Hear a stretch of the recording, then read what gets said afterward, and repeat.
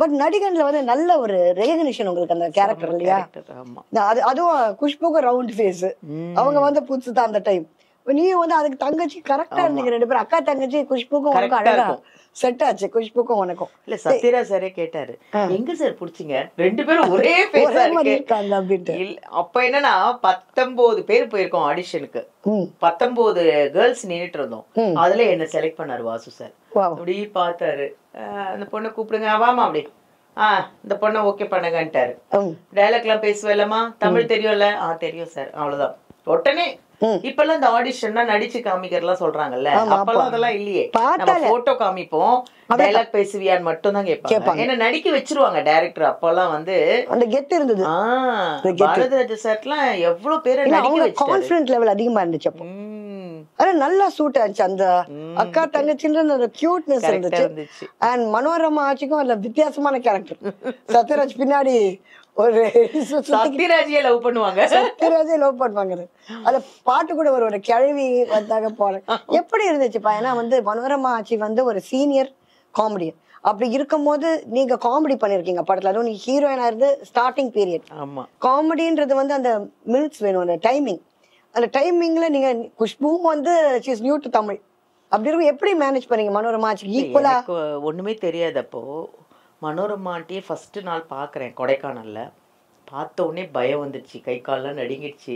எவ்வளோ படம் பண்ணவங்கல்ல. நான் கொஞ்சம் கிட்ட போயிட்டு வணக்கம்மா அப்படின்னுவேன், குட் மார்னிங் மேடம் அப்படின்னுவேன், அப்படிலாம் பேசினேன். அப்புறம் ஒரு நாள் தெரியாம ஆண்டின்ட்டேன், குட் மார்னிங் ஆண்டின்னேன். உடனே அவங்க கூச்சிக்கிட்டாங்க. 2 நாள் கிட்ட பேசவே இல்லை. ஆண்டி மாதிரியா இருக்க அப்படின்ட்டாங்க. ஐயோ சாரி மேம், அதுல இருந்து குட் மார்னிங் மேம் அப்படின்றது நிறைய விஷயம். அதுக்கப்புறம் நிறைய விஷயம் எனக்கு சொல்லி கொடுத்தாங்க. நமக்கு என்ன தெரியும் அந்த வயசுல, ஒண்ணுமே தெரியாதுல்ல. கேமரா எங்க இருக்கோ நான் கேமரா பாத்துக்கிட்டே ஒரு வாட்டி போவேன். என்னது இது கேமரா எங்க இருக்கு, கேமரா பார்க்க கூடாது, என்கிட்ட பேசுறேன், என்ன பாத்துக்கிட்டே வா அப்படின்னுவாங்க. நிறைய விஷயம் கொடுப்பாங்க. குஷ்போக்காவும் எனக்கு அப்ப அவங்களுக்கு தமிழே தெரியாது, அவங்களுக்கு ஃபுல்லா இங்கிலீஷ் தான், தமிழ் ஒண்ணு கூட தெரியாது. அப்பயும் கூப்பிட்டு அது அரகுற தமிழ்லயே எனக்கு சொல்லி கொடுப்பாங்க. மேக்கப் போட்டு விட்டுருவாங்க. எனக்கு நிறைய கிஃப்ட் கொடுத்துருக்காங்க. ஐஷேடோ, லிப்ஸ்டிக், விக், கிளிப்ஸ். லிப்ஸ்டிக் எல்லாம் வந்து பாட்டில்ல இருக்கும். அவங்க வந்து பாம்பேல வாங்குறாங்களாம். பாட்டில்ல ஒரு பிரஷ் போட்டு லிப்ஸ்டிக் கொடுப்பாங்க. எனக்கு கிரீம், நிறைய கிரீம், இயரிங் நிறைய கொடுத்துருக்காங்க எனக்கு. அப்பெல்லாம் ஒண்ணுமே இல்ல என்கிட்ட. அப்பெல்லாம் மேக்கப் திங்ஸ் எல்லாம் மேக்கப் மேன் தான் போடுவாரு. அதாவது சொந்த தங்கச்சியா அடாப்ட் பண்ணிருக்காங்க அந்த படத்துக்கு. அப்படி ஆயிடுச்சு. அந்த மாதிரி என்கிட்ட பேசுவாங்க. அப்புறம் தமிழ் ஏதாவது வார்த்தைகள் தவறா இருந்தா என்கிட்ட கேட்பாங்க, இது கரெக்டா தப்பா பேசிட்டேனா அப்படின்னு. இல்ல இல்ல கரெக்டா மேம் அப்படின்னுவேன். ரொம்ப ஒரு ஒரு என்ன சொல்ற, ஒரு டூர் மாதிரி இருந்தது, ஃபேமிலி டூர் மாதிரி. ஒரு 30 நாள் இருந்தோம் கொடைக்கானல்ல. செம்ம ஜாலியா நாங்க லேக்ல எல்லாம் சுத்தி இருக்கோம். 5 மணிக்கு மேல. அவங்களை யாருக்கும் தெரியாது அப்போ, அது 2வது படம் இல்ல, அவங்க யாருக்கும் தெரியாது. அவங்க நானெல்லாம் போயிட்டு லேக்ல சுத்திட்டு அந்த என்னென்ன விக்குதோ எல்லாம் வாங்கி தின்னுட்டு நாங்க லேட்டா 7-8 மணிக்கு வருவோம். ஒரு ஜாலியா இருந்துச்சு, ஒரு டூர் மாதிரி இருந்துச்சு. சத்யராஜ் சார் எப்படி, அவரை பத்தி சொல்லுங்க. ரொம்ப நல்ல மனிதர், தங்கமான ஒரு மனிதர். கொரோனா டைம்ல வந்து எனக்கு ஒருத்தவங்க மூலியமா நம்பர் கிடைச்சிச்சு. நான் ஒரு ஹாய் போட்டேன் வாட்ஸ்அப்ல. யாருன்னு கேட்டிருந்தாரு, ஹூஸ் திஸ் அப்படின்னாரு. இந்த மாதிரி பாலாம்பிகா நடிகன்ல உங்களோட ஹாய் பாலா எப்படி. ஏன்னா நான் 2 படம் பண்ணிருக்கேன் அவரோட. நடிகன்ல குஷ்பு தங்கச்சி, திருமதி பழனிசாமில சத்யராஜுக்கு தங்கச்சி. சத்யராஜ் சார் தங்கச்சி. ஸோ 2 படம் பண்ணியிருக்கேன் சார். நல்லா பாலாம்பிகா சார் எப்படி இருக்கீங்க, நல்லா இருக்கேன், நீ எப்படி இருக்கேன்னாரு. இல்லை சார் ரொம்ப டைட் பொசிஷன்ல இருக்கேன், கொஞ்சம் ரொம்ப ஃபைனான்ஸ் ப்ராப்ளத்துல இருக்கேன்னு. வா அப்படின்னு சொல்லி ஆஃபீஸ் அட்ரஸ் கொடுத்தாரு. போனா அங்க ஒரு 7-8 பேர் வேலைக்காரங்க உட்கார வச்சு காஃபி எல்லாம் கொடுத்து, இருங்க சார் வருவாருன்னு சொன்னோன்னா அப்புறம் வந்து ஒரு கையோட வரும்போதே ஒரு செக் எடுத்துட்டு வந்தாரு. செலவுக்கு வச்சுக்கோ அப்படின்னு சொல்லிட்டு கொடுத்துட்டு நான் கொஞ்ச நேரம் உட்காந்து ஏதாவது படம் இருந்தா சொல்லுங்க சார் அப்படின்னு.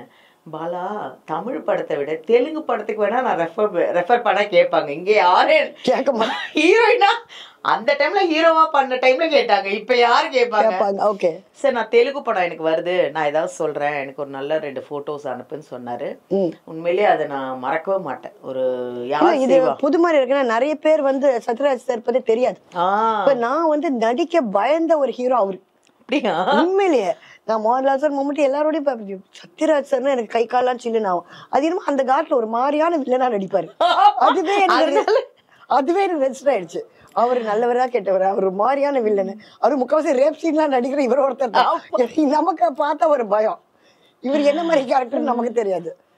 அவரை பத்தி இவ்வளவு ஹெல்ப்ஃபுல் டெனன்சின்னு நீ சொல்லித்தான் தெரியுது. ரொம்ப நல்லவர். விஜயகாந்த் சாரோட ஒர்க் பண்ணிருக்கேன்ல நீ? ஆமா, பாட்டுக்கு ஒரு தலைவன்ல பாட்டுக்கு ஒரு தலைவன். அதுல என்ன கேரக்டர் பண்ண? அதாவது நான் என்னன்னா, எனக்கு ஒரு 14-15 வயசு இருக்கும்னு நினைக்கிறேன். அப்ப வந்து இது யாருக்கு தெரியும் தெரியல எனக்கு. விஜயகாந்த் சாரோட ஆபீஸ் வந்து பாண்டி பஜார்ல. அப்போ பாண்டி பஜார்ல அவரோட ஆபீஸ். டெய்லி ஒரு 50 பேர் 100 பேர் சாப்பிட்டுட்டே இருப்பாங்க. இலை போட்டு சாப்பாடு ஃபுல்லா நான்வெஜ் தான். சிக்கன், மட்டன், மீன், எறா எல்லாமே இருக்கும். நான் என்ன பண்ணுவேன்னா, நானும் அப்பாவும் அப்போ ஒரு கம்பெனிக்கா சான்ஸ் கேட்க போவோம் இல்லையா. சின்ன பொண்ணு இது எடுத்துக்கிட்டு போட்டோ ஒரு 10 எடுத்துக்கிட்டு பஸ்ல ஏறி போயிட்டு ஒரு கம்பெனிக்காக சான்ஸ் கேட்டுட்டு அப்போ வருவோம். அப்ப நேரா பாண்டிய பஜார்ல இறங்கிட்டு அவர் ஆபீஸ்ல தான் போய் சாப்பிடுவோம். யாரு போனாலும் சாப்பாடு, யாரெல்லாம் கேட்கவும் மாட்டாங்க. ஆமா, நான் நிறைய நாள் சாப்பிட்டிருக்கேன் அந்த ஆபீஸ்ல. அதுவும் நல்ல நான்வெஜ் வேறையா, நல்ல ஒரு கட்டிட்டு சாப்பாடெல்லாம் சாப்பிட்டுட்டு வருவோம். அப்ப நான் வந்து இந்த சமையல் பண்றவரை கேட்டேன், சார் நாங்கெல்லாம் சாப்பிட்டுட்டே இருக்கேன், இவ்வளவு நாளா வரேன், விஜயகாந்த் சார் இந்த பக்கமே காணுமேன்னு. திடீர்னு தாமா வருவாரு என்னைக்காவதுன்னாரு. நான் அதே மாதிரி ஒரு நாள் அவரை பார்த்தேன். சாப்பிட்டுட்டே இருக்கேன், அவர் வந்தாரு. உள்ளதாமா இருக்காரு அப்படின்னு சொல்லி அவர் இன்ட்ரடியூஸ் பண்ணாரு. சமையல்காரு. அவர் எங்க ஊருக்காரு, காரைக்குடி. ஆமா, நாங்க காரைக்குடி தான். அவர் எங்க ஊருக்கார பொண்ணுங்க அப்படின்னு சொல்லி இன்ட்ரடியூஸ் பண்ணாரு. அப்போ கேட்டாரு என்னென்ன நடிச்சுன்னு. மாதிரி ஒரு படம் நடிக்கிறேன் சார், உங்க படத்துல ஏதாவது வாய்ப்பு சொல்லுங்க சார், நான் நல்லா நடிப்பேன் சார். நம்ம தமிழ் பொண்ணு மாதிரி இல்லையே, இன்னும் கலர். நான் அப்போ ஒண்ணுமே இல்ல, ரொம்ப கலர். அதனால அவர் என்ன நினைச்சாரு, ஏதோ நார்த் இந்தியன், தெலுங்கு, மலையாளியா இருக்கும். நம்ம சொன்னேன் தமிழ் தான் சார் அப்படின்னோடனே, பாட்டுக்கு ஒரு தலைவன்ல எனக்கு ஒரு வாய்ப்பு கொடுத்தாரு. என்னை கூப்பிட்டு சொல்லி அதுல ஒரே ஒரு சீன், பேர் போட்ட முடிஞ்ச உடனே நான் தான் வருவேன். என்டர் ஆன உடனே துரத்துவானுங்க, அவர் வந்து என்னை காப்பாத்துவாரு. அடுத்த படம் வந்து ஒரு படத்துக்கு அவர் சிஸ்டருக்கு என்ன கேட்டாரு. அப்பதான் நான் தெலுங்கு படம் ஹைதராபாத்ல இருக்கேன். மேனேஜர் அப்போ வந்து எங்க லேண்ட்லைனு ஏதோ எனக்கு அவ்வளவு திட்டினாரு. ஏமா அப்படி கேட்ட வாய்ப்பு சாருக்கு வாய்ப்பு கொடுக்குறாரு, இப்ப இல்லன்றீங்களே நீங்க. சார் தெரியாது சார், நாங்க இங்க வந்துட்டேன் சார்.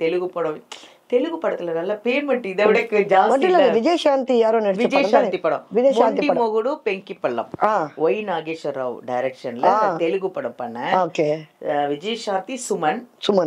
நான் வந்து செகண்ட் ஹீரோயினா பண்ணேன். நானும் பேர் ராகவன் நினைக்கிறேன். நாங்க ஒரு பேரு. எங்க கல்யாணத்தை எங்களை சேர்த்து வைக்கிறது அவங்களோட இதா இருக்கும். அந்த மாதிரி ஒரு த்ரூ அவுட் ஸ்டார்டிங்ல இருந்து வரைக்கும் அந்த படம் ரொம்ப நல்ல கேரக்டர். சார் நான் ஃப்ளைட்ல ஏறினதே அந்த படத்துல தான் ஃபர்ஸ்ட் ஹைதராபாத். ஸோ அது ஒரு ஜாலியா இருந்துச்சு.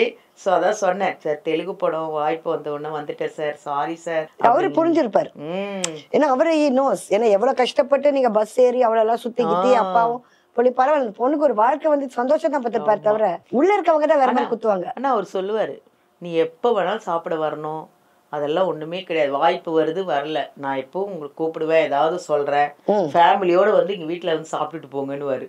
ஏன் வந்தீங்கன்னு கூட கேட்கல, எப்பயுமே இங்க வந்து சாப்பிட்டுட்டு போமா அப்படி சுட சுட சோறு, மீன் குழம்பு, என்னென்னமோ. எங்க அப்பா கிட்ட அப்பா போய் சாப்பிட்டுட்டு வரும். பசி வர வைக்கிறேன். உண்மையிலே எனக்கு சில நேரம் வந்து சிரிக்கிறோம், பட் அவரு இருந்தா ரொம்ப நல்லா இருந்திருப்பேன். நீ மட்டும் இல்ல, நிறைய பேர் நல்லா இருந்திருப்பாங்க உலகத்துல. அவர் வந்து அவரை பாராட்டுற ஆளே கிடையாது. இன்னொரு விஷயம் ஒண்ணு தெரியுமா உனக்கு, காவேரி ஸ்ட்ரீட்ல, சாலிகிராமம் காவேரி ஸ்ட்ரீட்ல அவர் ஒரு கிளினிக் வச்சிருந்தாரு, ஃப்ரீ. யார் வேணாலும் வந்து செக்அப் பண்ணிக்கலாம். அங்க ஒரு டாக்டர் எப்பயுமே இருப்பாரு. காலையில வந்துருவாரு 7 மணிக்கு, நைட் 7 மணிக்கு தான் போவாரு. ஒரு டாக்டர் இருப்பாரு. அந்த சின்ன கிளினிக் தான். எங்க வீட்டுல வேலை பார்த்தவங்க எவ்வளவு பேர், யார் வேணாலும் போலாம். ஃப்ரீ மெடிசன், ஃப்ரீ செக்அப், ஃப்ரீயா ஒரு கிளினிக் யார் வைக்க முடியும் இது வரைக்கும்? எவ்வளவோ நடிகர்கள் இருக்காங்க, இது வரைக்கும் ஒரு சின்ன ஒரு கிளினிக் கூட வச்சது. அது இது வரைக்கும் யாருக்கு தெரியும்னு எனக்கு தெரியல. சாலிகிராமத்துல ரொம்ப வருஷமா அவர் வச்சிருந்தாரு ஒரு ஃப்ரீ கிளினிக். நிறைய பேருக்கு ட்ரீட்மெண்ட், நிறைய பேருக்கு மெடிசன். அவர் வந்து கல்யாணத்துக்குலாம் நிறைய பேருக்கு ஹெல்ப் பண்ணதை நான் என் கண்ணாலே பார்த்திருக்கேன். தாலி, இந்த இதெல்லாம் சீர்வரிசை எல்லாம் கொடுப்பாங்கல்ல, அதெல்லாம் ஃப்ரீ